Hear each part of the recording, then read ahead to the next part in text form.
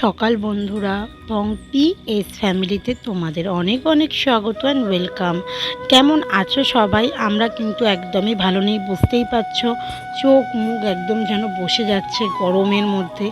আমাদের এদিকটা কলকাতা সাইডে এতটা পরিমাণে গরম পড়েছে যে কি বলবো। জানি সব জায়গায় গরমটা পড়েছে, কিন্তু সাক্ষ্য বিগত এত গরম পড়েছে, সাক্ষ্য সেই জন্য ঠিক করে রাতে ঘুমাতে পারছে না, সাথে আমাদেরও ঘুমটা ঠিক একটা হচ্ছে না।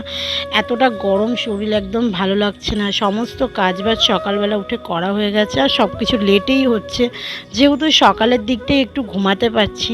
সারাদিন সারা রাত কিন্তু বলতে গেলে ঘুমাতে পারছি না, কোনো রকমভাবে উসপুস করছে। আর সাক্ষ্য অনেকবার উঠে যাচ্ছে, যে ছেলে সারা রাত এক টানা ঘুমাতো হয়তো একবারই উঠতো, কিন্তু এখন সেখানেও 3বার উঠছে, 3-4বার করে ফিট করছে। তার জন্য তো ঘুমটা তো এক মানে মানে ডিসব্যালেন্স হচ্ছেই সবার। আমারও হচ্ছে, বাবুরও হচ্ছে, আর স্বাক্ষর তো হচ্ছে বিশেষ করে। কিন্তু আমাদের তো সকালে উঠে কাজটা কমপ্লিট করতে হয়। দেখো আজকে অলরেডি 11টা বেজে গেছে, এখন ওকে আমি টিফিন দিচ্ছি। আর কালকে যে সেরেলাক্সটা বানাচ্ছিলাম ওটাই আজকে কিন্তু ওকে আমি দিয়েছি, সাথে একটা ডিম সিদ্ধও করে দিয়েছিলাম। কারণ ও তো সকালবেলা খেতে খেতে এতটা লেট করে ফেলছে, আর তারপরে দুপুরবেলাও ঠিকঠাকও খাচ্ছে না। তো ওইটা খাওয়ালাম, খাইয়ে দিয়ে ডিম সিদ্ধ খাইয়ে একটুখানি আঙুর ফল খাইয়েছিলাম বেলাতে। তারপর আর কোনো রকম আমি কাজও করিনি, মানে কাজ করিনি বলতে শুধু জামা কাপড় ধুয়েছিলাম। আমি বাইরে কাচাকুচি করছিলাম, সেই জন্য মা ওকে দেখছিল, আর আমার শাশুড়ি রান্নাটা করছিল। সাক্ষর রান্নাটা করেই নিয়েছিলাম, মাছের তরকারি করেছিলাম। সকালে যেহেতু খিচুড়ি দিয়েছিলাম, দুপুরে কিন্তু ও ভাত একটুও খায়নি, অল্পটুকু ভাত খেয়েছে, লেবুর রস খেয়েছে। আর এখন দেখো কি করছিল। আসলে আমাদের এখানে 10 টাকা করে সেল মানে সেল বলতে কি, হরেক মালের কাকু এসেছিলো, একটা দাদা এসেছিলো, সেখান থেকে ওর ঠাম্মি কিন্তু এই সেটটা পুরো নেয় 60 টাকা দিয়ে। আরও কিন্তু একটা নিয়ে হাতুড়িও নিয়েছে দেখলে, কিন্তু ওর ওগুলোতে মন ভরেনি। ও কিন্তু সেই নেবে বল, আর ও এত পরিমাণে বলটা ভালোবাসে না, কি বলবো। ঘরে তো দেখেছে বলের পুরো দোকান বয়ে গেছে, ভেবেছে কি ও এটা বল, অনেকগুলো একসাথে ছিল, বুঝতে পারছিল না এটা কী জিনিস। সেই জন্য এবার ও ভেবেছে এটা বল, যেই খুলে দিয়েছে, যে দেখছে এটা বল না, সেই রেগে গেছে, রেগে গিয়ে একদম খিচেমিচে দৌড়ে ঘরে চলে গেছে রাগ দেখাতে।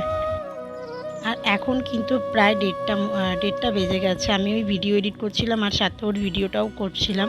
আর দেখো এই রোদেও কিন্তু একটু এক ফোঁটাও বাইরে যায় না, কিন্তু ওই যে বলওয়ালা যে বলটা নিয়ে চলে যাচ্ছিলো, ওর ঠাম্মি বলেছে যে একটা বল দিয়ে যাও, নিতে গেছে। দেখো বল ভেবেছে কি বলটা দেবে না, চলে গেছে, এই জন্য রাগ দেখাচ্ছে। এবার দেখো কীভাবে এই ঠাটা রোদের মধ্যে খালি পায়ে দৌড়াবে। আমরা কিন্তু কেউ ভাবিনি, আমিও বুঝতে পারিনি যে ও দৌড়াবে। আমি জানি ও রোদে পা পড়লে রিটার্ন চলে আসবে, কিন্তু ও পায়ে পায়ে করে দৌড়েছে, দেখতে পাচ্ছ। আমি তো ভয়ই পেয়ে গেছি যে এতটা পরিমাণে ও দৌড়েছে, যদিও গাড়িটারে কিছু ছিল না। দেখো কীরকমভাবে দৌড়েছে, গিয়ে আগে কোলে উঠে গেছে ওর ঠাম্মির। ও ভীষণ পরিমাণে বল ভালোবাসে, মানে যাই দাও না কেন, ওকে হাজার একটা খেলনা দাও, ও সেই বলটাতেই পড়ে থাকবে। সেই ও আখির বলটা নিয়েই ছাড়লো, 10 টাকা করে বলগুলো নিল, নিয়ে এবার ঘরে আসবে। তারপরে যেন ওকে খাওয়াতে বসাবো আমি, কিন্তু ও একটুও খায় না। তার জন্য আমি একটু চাপও নিইনি, কেন দুপুরবেলা যেহেতু হচ্ছে সকালবেলাটা খিচুড়ি খেয়েছিল, পেটটা ভরাই ছিল, ডিম সিদ্ধ খেয়েছিল। আর খাওয়াতে খাওয়াতে অলরেডি 11:30 মানে 11:30 বেজেই গেছিলো, 11:30 কমই বেজেছিল। ওটাও তো হজম করতে টাইম লাগবে, তো এই জন্য অল্পটুকু ভাত খেয়েছিল। 2-4 গাল খাওয়ার পর ওকে আমি লেবুর রসটা খাইয়ে দিয়েছিলাম। ও এখন লেবুর রসটা তো পার ডেই খাচ্ছে। আর এত গরম পড়েছে, প্রত্যেকটা বাচ্চাকেই কিন্তু এখন ভালো মতন ডিহাইড্রেট না হওয়ার মতন চেষ্টা করতে হবে, মানে যেরকম হোকভাবে ওকে জল খাওয়াতে হবে, যা হোক ফলের রস করে হোক বা যেভাবে হোক ওকে খাওয়ানোটা উচিত। আর দেখো আমিও এটা কিনেছি, কিন্তু খুব সুন্দর, এটা কিন্তু খুবই পাতলা, একবার পড়লে মানে ভেঙে যাবে। তো এটা ওকে দেখালাম, ও তাড়াতাড়ি করে নেবে বলে এসেছিলো, কিন্তু ওর থেকে আমি ওটাকে লুকিয়ে রাখলাম, কারণ ওটা যদি নিয়ে নেয়, ও নিচে ফেললেই পরে একদম 10 টাকা আমার জুল হয়ে যাবে। তো এরম করতে করতে অনেকক্ষণও খেলাধুলো করলো, তারপর ওই তারপর কিন্তু অনেকক্ষণ সময় ধরে ওরকমটা খেলাধুলা করার পর ওকে কিন্তু আমি ভাত খাওয়াতে বসবো। তো তার আগে চলো তোমাদের দেখাই কেমন রোদ্দুর পড়েছে আমাদের এখানটাতে এখন। কি ভীষণ পরিমাণে যে এখন গরম পড়ছে। আমি জাস্ট আধা ঘন্টা হয়েছে জামা কাপড়গুলো বাইরে দিয়েছিলাম, তো দেখো পুরোটাই প্রায় শুকিয়ে গেছে। আর আমার ওদিকে যাওয়ার মতন ক্ষমতা নেই, ওদিকেও রোদে দিয়েছে জামা কাপড়। পুরো বাইরেটা বারান্দাটা আমি জলদি ধুয়েছিলাম, কিন্তু কোনো মানে এতটা গরম যে সঙ্গে সঙ্গে শুকিয়ে যাচ্ছে। তো দেখতেই পেলে ওকে কিন্তু আমি ভাত খাওয়াতে বসেছিলাম, কিন্তু কোনো মতে খায়নি, অল্পটুকু খেয়ে ছেড়ে দিয়েছে। দেন ও ঘুমাচ্ছে এখন, ওকে আমি লেবুর রস খাইয়ে ঘুম পাড়িয়ে দিয়েছি। দিয়ে আমার ভিডিও পোস্ট করতে করতে অনেকটা বেলা হয়ে গেছিলো। দেখো এখন আমি কিন্তু 4টে বাজে ভাত খেতে বসেছি। আর স্বাক্ষর ভাত একটু বেঁচে গেছিলো, ওই ভাতের মধ্যেই একেবারে ভাত নিয়ে অল্পটা ভাত নিয়ে উচ্ছে দিয়ে আর লোটে মাছ দিয়ে ভাতটা খেয়ে নিলাম। ভাতটা খাওয়ার পরে আমি কিন্তু ভিডিও পোস্ট করতে রেডি, মানে ভিডিওটা এডিট করব বসে বসে। আমি কিন্তু ওইটা একটা আমার কাজ, যেহেতু আমি এই জন্য খেয়ে দিয়ে দুপুরবেলা কিন্তু যেটুখানি সময় পাই তখন আমি ভিডিওগুলো এডিট করি। আর দেখো দেখতে দেখতে কিন্তু বিকেলবেলা সাক্ষ্য ঘুম দিয়ে উঠেও গেছে। এখন কিন্তু ওই 6টা বাজে, যেহেতু সাক্ষ্য অনেকটা দেরি করে উঠেছিল, 7টা বাজে। আর ও কিন্তু উঠেইছে ঘুম থেকে 6:30টার সময়। আমিও একটু ওর পাশে শুয়ে পড়েছিলাম 5টা নাগাদ, শুয়ে একটুখানি চোখ লেগে গেছিলো। আর বাবু যেহেতু কাজে গেছিলো, ও তো রুটি নিয়ে গেছিলো টিফিন। তো মা দুপুরবেলা যখন এসেছিলো তখন সাক্ষ্যর জন্য একটু সিমুই বানিয়ে নিয়ে এসেছিলো, সেটাই আর কি বাবার ছেলে মিলে যুদ্ধ করে খাচ্ছে। এখানে কি হয়েছে ব্যাপারটা বলি।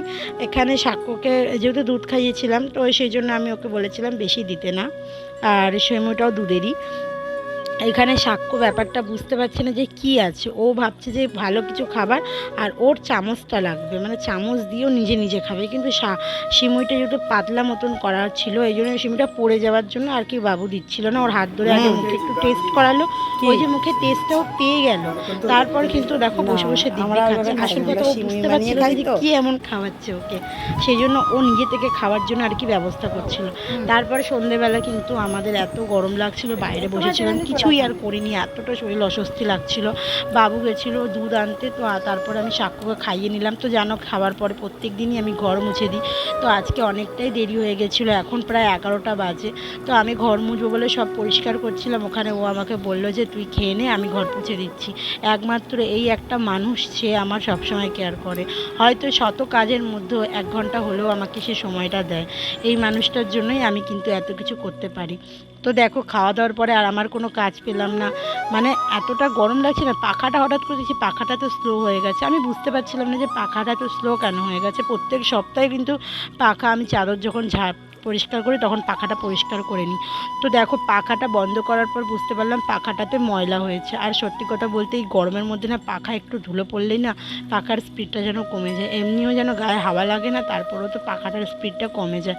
তো আমি তো বৃহস্পতিবার চাদর পাল্টাই, সেই জন্য আর কি আমার সন্ধেবেলা কোনো কাজই হয়নি। আর সন্ধেবেলা এতটা গরম ছিল যার জন্য আমি কোনো কাজ করতে পারছিলাম না, বাইরে বসেছিলাম। তো তারা রাত্রিবেলা এখন শোয়ার আগে আবার প্লাস্টিকটা পেতে কিন্তু চাদরটা যেহেতু কালকেই তুলে দেবো, সেই জন্য আর কি আমি আজকে বসে রাত্রের বেলায় পাখাটা পরিষ্কার করে নিচ্ছি। এখন কিন্তু 11:30 প্রায় বেজে গেছে। এখন আমি পাখা পরিষ্কার করছি, এরপরে যাব গা ধোবো, দিয়ে দেন তারপরে শোবো। এখন বৃহস্পতিবার তো আর ঝুল ঝাড়া যায় না। আর কদিন ধরেই ভাবছিলাম ঘরটা পরিষ্কার করব, করা হচ্ছে না, যেহেতু একা একা করা যাবে না, বাবুকে দরকার।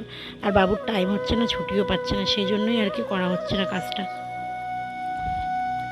আর আমি যেহেতু উপরে উঠে কাজ করছিলাম, এই জন্য সাক্ষ্য বুঝতে পারছে না যে ও আমি কী করছি, সেই জন্যই আর কি ও বারবার এখানটা আসছে। ওকে ধরে রাখা যাচ্ছে না, বা ধরে রাখলে তো জানো কান্না করবে।